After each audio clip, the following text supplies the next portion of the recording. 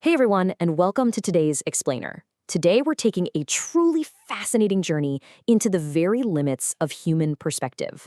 We're going to be looking at a deeply provocative and honestly highly reflective essay by an author named Su Feng. And look, this essay challenges one of the most fundamental traits of human nature, our intellectual arrogance. You know that unwavering feeling we all get when we're absolutely 100% convinced that we know exactly how the world works? Yeah, that feeling. Su Feng uses a very specific classic metaphor to just completely break down this illusion of certainty. And it's a concept that builds in scale, starting from our personal, everyday interactions all the way up to the cosmic structure of the universe itself. So let's just get right into it. The author poses a direct and maybe even a slightly uncomfortable question right off the bat. Are you a frog at the bottom of a well? Now, you might actually be familiar with this classic fable. It describes a frog who has lived its entire life at the bottom of a really dark well, and when the frog looks up, it sees this tiny little circle of light and naturally assumes that that little circle is the entire sky.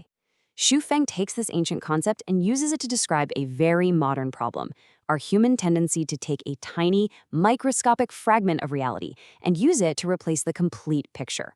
We basically look up through our own narrow well of experience and proudly declare that, yep, we understand the whole universe. Okay, let's dive into this specific definition. The author lays out exactly what makes someone this metaphorical frog. It's a person who uses the partial to judge the whole. It's someone who uses today to conclude tomorrow, or uses the present moment to just confidently affirm the future. Basically, anyone who attempts to describe or assert the past, present, and future with limited knowledge and a super narrow field of vision perfectly fits the bill. And what's really interesting here is how this frames the whole illusion of certainty. It's not just about lacking facts, right? It's about the arrogant leap we make when we assume our incredibly limited facts represent absolute unquestionable truth. To really make us feel this limitation, the author scales up our perspective, taking us from the village all the way to the globe. Because, let's face it, we have this relentless habit of looking down the ladder at those we perceive to be stuck in narrower wells than the ones we inhabit. Just watch how this builds into this crazy, escalating hierarchy of human judgment. So, step one, a person from a small town might laugh at someone from a remote mountain village, right? Viewing them as isolated or uninformed. But then, step two, a person from a larger county looks at that small town resident and laughs at their limited worldview. Then, step three, the resident of a booming metropolis, a massive big city, mocks the county dweller for being provincial. And finally, step four, a seasoned global traveler, someone who's been to every corner of the earth, laughs at those in the big cities for being confined to their concrete jungles. At every single stage, the person looking down feels vastly superior, totally unaware that someone else is standing on a higher rung looking right back down at them. But Xu Feng doesn't stop at the global traveler. We are taken way beyond Earth, straight into a metaphysical perspective. The author introduces this broader cosmological framework that really forces us to ask, in the grand, infinite scheme of existence, who is truly the frog at the bottom of the well? And this brilliantly illustrates the mind-boggling disparity in scale.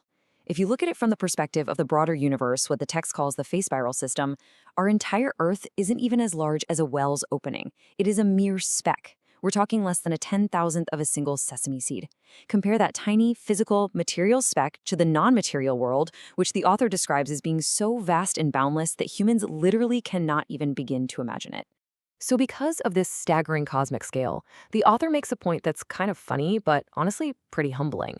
Saying that human beings are frogs at the bottom of a well is actually praising our intelligence and knowledge way too highly. We aren't even that big. To be perfectly accurate to our cosmic footprint, Xu Feng suggests it would be no exaggeration at all to call humanity sesame seed frogs or needle-tip frogs. I mean, our well is practically microscopic. Which brings us to the central and definitely the most powerful thesis of the entire essay. The author states, the moment you believe you are right, you have already gone wrong. Just pause and let that sink in for a second. How could a sesame seed frog, peering out from a microscopic well, ever possibly claim to understand the vastness of the universe?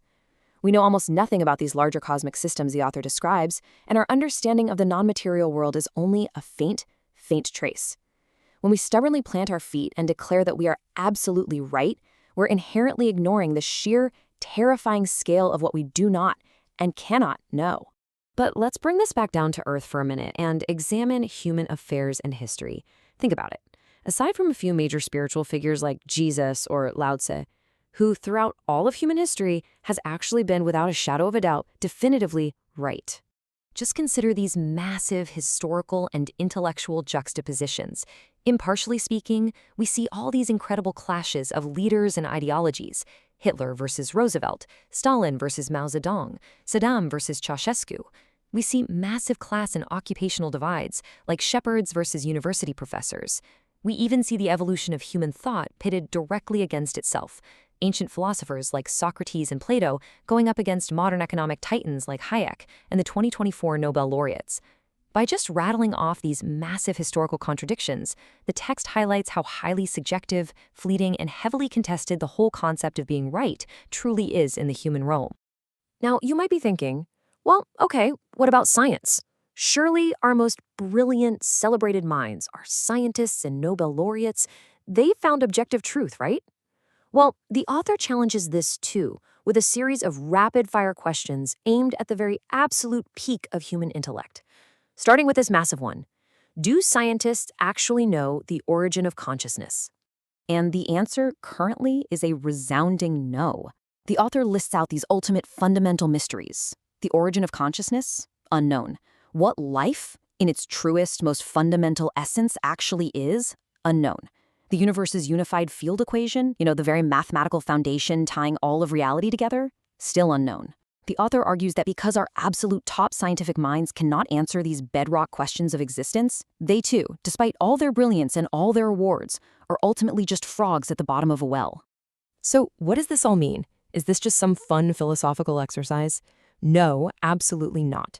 So the crucial point is that this illusion of absolute certainty has a tangible human cost. It causes immense real-world harm. You can actually track this human cost across 3 distinct scales. On a global scale, the author argues that all conflicts, societal disorder, and wars are created by leaders and factions who firmly believe themselves to be entirely right. On an interpersonal scale, like in our everyday lives, disharmony between people arises from that exact same stubborn certainty. And on an internal scale, deep within ourselves, our troubles, our pain, anxiety, sorrow, and fear, they all stem from this rigid belief structure. The author goes as far as to state that Earth hasn't become a paradise precisely because those who believe themselves to be right are constantly blocking, resisting, and hindering it. It's a pretty heavy realization. But the author concludes this entire narrative arc with a really vital dose of self-deprecation and intellectual humility.